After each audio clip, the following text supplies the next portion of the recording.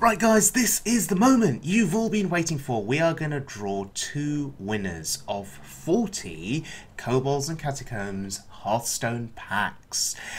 So, you guys all entered into this contest 2 weeks ago telling me what your favourite decks on Wild Mode were. Had some pretty interesting discussion, highlighted some pretty cool cards, but now it's time to draw the winners. I've used this spreadsheet to put all of the entrants in, and it's going to pick two winners for me. So, our first winner of 40 packs is... wait for it, MofD98. So, congratulations on winning 40 packs. Now, time to draw our second winner of 40 packs, and it's Mark Netz. So, congratulations to Mark Netz for winning 40 packs. So I'll be in touch with you guys on YouTube. You'll need to send me your Hearthstone battle tags. I think that's what they're called, via a private message perhaps, and then I will gift you 40 packs. So congratulations again, and thank you very much to everyone that entered. We'll be doing more contests and giveaways like this over the upcoming months. So, today's deck is MoleMitts12's Reno Priest. This is a deck that I've already featured on my channel, but I've had so much fun playing this deck that I've just had to come back to it. And we're going to look at a few really cool highlights where I end up screwing some people over pretty badly by stealing their cards and doing various other shenanigans. Involving Zola the Gorgon. So Zola the Gorgon is now one of my favourite cards in all of Hearthstone because the value that she gets you is insane. Actually, the value on most cards in this deck, depending on the situation that you are in. Zola on a Ken, Zola on a Sludge Belcher, Zola on a Shifting Shade. Hey, is not the worst thing in the world, right? You get to steal two of your opponent's cards. Zola on Sylvanas, Zola on Obsidian Statue, Zola on Enzoth, Zola on Kazakas, okay, I'll stop. Zola on lots of cards in this deck, but the two biggest cards for Zola to target is basically Reno, Jackson, and Amara for the healing. It's just absolutely sick when your opponent thinks they've killed you, and then you Zola a Reno, heal back to full health, and it's game over. Because they just can't do enough damage to kill you, particularly if you've already played Amara and you're at 40 health already, or have 40 health available. So, I do apologise for my voice. I have a really bad cold. It is the consequence of people coughing and spluttering all over you on public transport here in the UK. People have very bad manners, very bad hygiene as well. And as you are sitting there in a packed train carriage, you can't move, and there's someone opposite you just coughing and spluttering without covering their mouths, you then proceed to get ill. So if my voice is a little off today, if I end up losing my voice during the course of this video, I do apologise. But yes, that's the joy of a 90-minute train journey to and from work every single day. So, without any further ado, let's have a look at MoleMitts12's Reno Priest on the Wild Mode ladder. So, we'd played Amara here, and just to secure our position in this game, Zola giving us another copy of Amara, and Amara is such great value here because she only costs 5. That's insane. And now, as we continue on here, you know, I have Enzoth in hand. I have Excavated Evil for a small board clear, and I have Amara. And Keleseth at this late stage of the game is probably too late for this Warlock.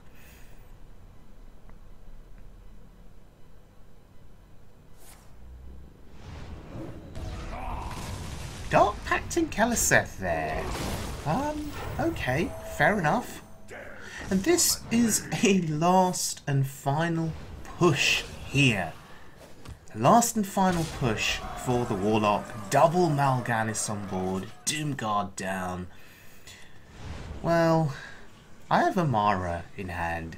So Zola here really saved me. Zola helped me survive the onslaught of this Cubelock. Just giving me that extra healing through Amara. And it's game over now. He's exhausted pretty much all of his threats. I still have Entomb. I'm just trying to make a decision there on which minions to weaken. I'm going to assume that he'll trade the Doom Guard in here.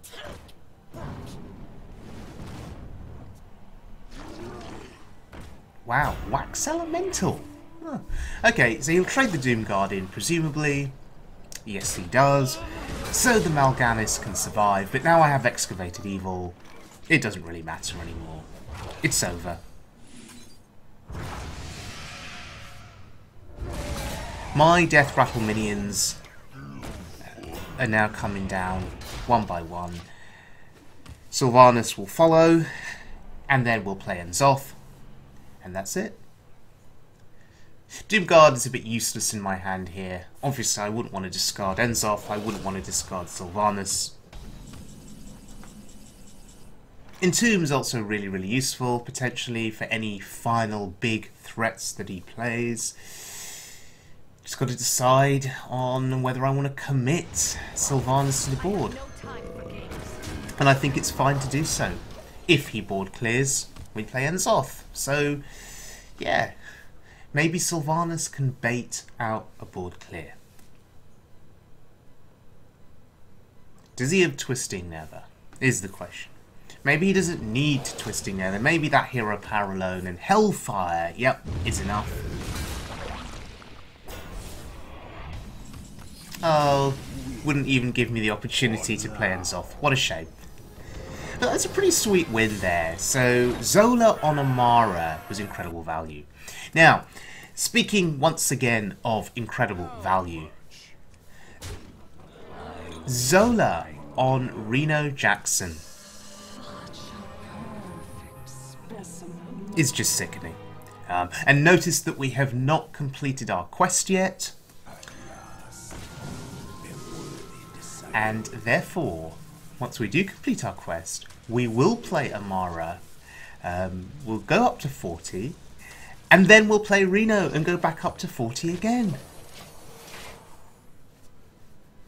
So holding on to your Zola for that right opportune moment is quite important. I said at the start of this video that Zola on most minions in this deck was good value. Yes, that's true. Zola on Ken is great value. Zola on Sylvanas is great value. But Zola on your Reno or your Amara is probably, in terms of surviving, is the best value, in my opinion.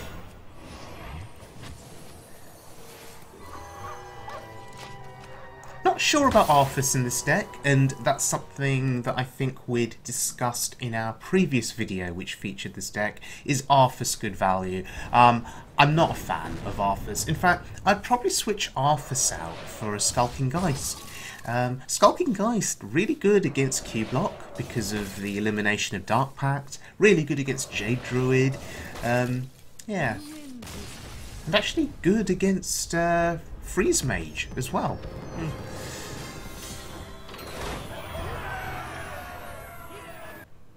Okay, let's look at another clip. The rogue plays Malygos because he's got no choice, because I have a threatening board, and Malygos is the win condition for the rogue. And now the rogue is assuming that I can't remove Malygos, that if I can't remove Malygos, he can just draw into various damage-dealing spells and kill me. But Entomb is so good, so very, very good in this situation. And now that Malygos is gone, it does not even matter what the rogue does. Oh, hello. We just win because he's not going to be able to do enough damage now. I just want to play him. That was not the optimal play at all, I don't think. I think there were better options in my hand. but I just wanted to play him. I just wanted to play Malygos. I mean, what spells do we have that can now deal extra damage because of Malygos? We have Excavated Evil. But apart from that, there isn't anything. But yeah, it's just saying to the rogue, hey, I'm playing your card and I'm going to win this game. It's BM, basically. And I do not often BM other players, but I had to take this opportunity here. So many options. I'm out of cards. Oh, and he's out of cards. Oh dear.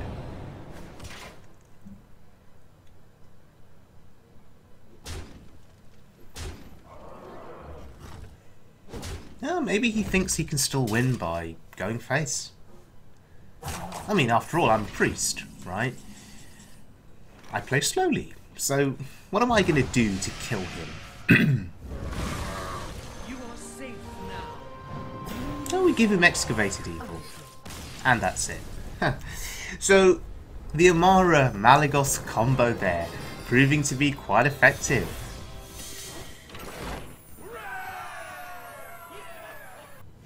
Okay, let's look at a final full game here, and it's against a priest. Now, is it Big Priest? Is it Reno Quest Priest? Is it simply Razar Death Knight burst you down with Prophet Velen Priest? Various priests on the ladder right now. Now, we have the quest. Worth playing on turn 1, and I think our aim now is to try and play those Death Rattle minions. There's one. Arthas. Okay, it's going to be a slow game. We haven't got the Oracle, we haven't got the Loot Hoarder in hand. Usually those would speed up our quest completion, or quest progress to completion in the first couple of turns. But there's Razar. Now, whilst we do have Shadow Reaper Anduin in this deck, Anduin in this deck is... it's not like a major win condition like it is in other priest decks. In other priest decks, they need to play their Anduin so that they can, you know, combo the Anduin hero power with lots of cheap cards, or with Prophet Velen, or with Spawn of Shadows, and it's a major win condition for them. For us, you could argue that Anduin is just a board clear for big minions, against big minions. Speaking of Anduin, there's Anduin. Our major win condition in this deck, I think, is the first of all the Death Rattle minions, and then Zoth the Corruptor, and Zola on Reno, or Zola on you know, on a big card, on an Enzoth, for instance, that just gives us better value. And we can outvalue them into the late game, out-heal them, and survive, and win through that manner.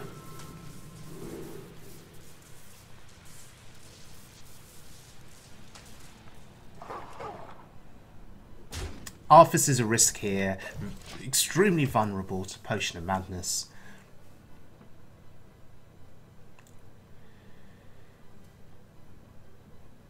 We do have Sylvanas in hand, and Sylvanas is another good target for Zola, potentially.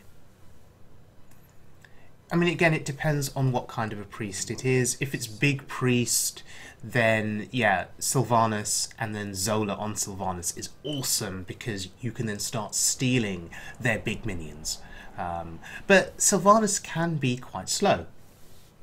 But you can speed her up by playing her and then casting Shadow Word Death on her. And we have that combo in hand, which is pretty awesome. He's taking his time here. Interesting.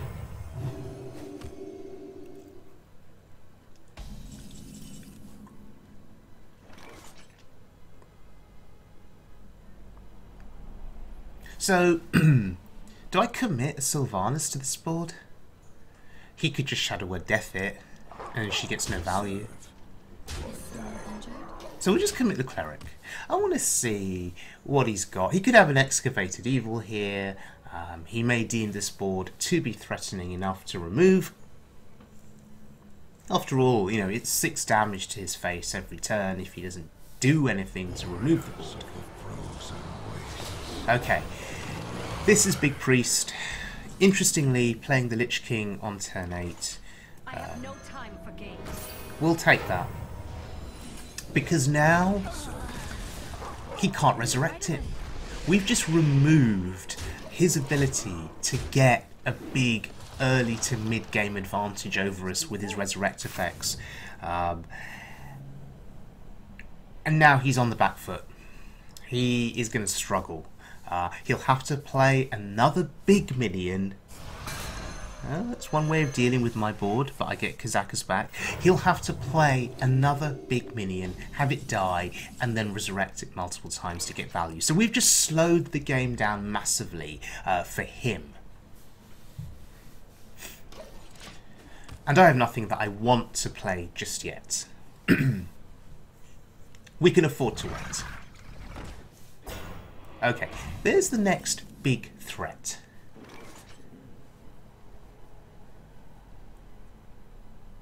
Do I want to commit Ken into this?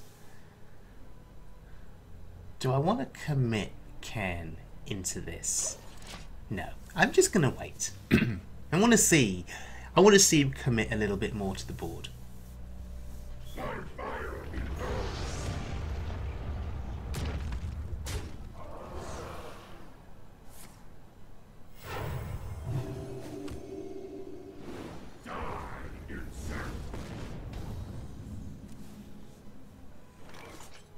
I think that's reasonable, Kazakus potion board.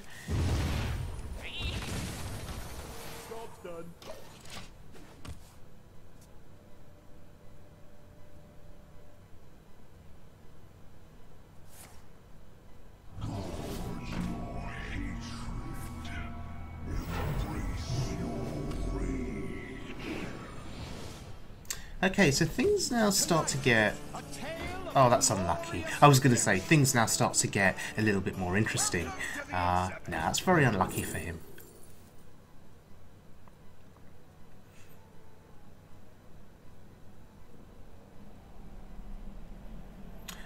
This is a tough choice. Loot Hoarder is card draw. I think card draw is more valuable for me here. And, you know, I could have Dragonfired the board, but I want to wait. I want his Yashraj to bring out more threats. I want him to commit more threats because I do have to be careful with my AoE. I only have so much of it, so I have to use it at the right time. And I also have to be aware that he's got multiple resurrection spells in hand.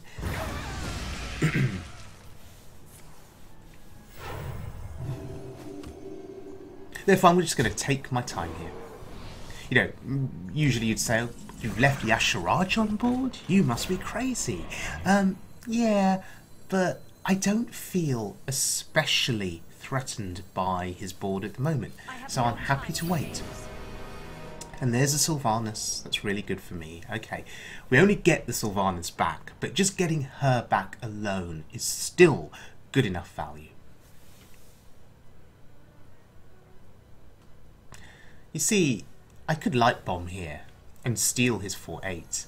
But I want to save Light Bomb for bigger threats that come out. So I think the Dragonfire Potion was absolutely fine there. And now his Obsidian Statue, when it dies, Enzoth the Corruptor is going to bring it back, which is awesome.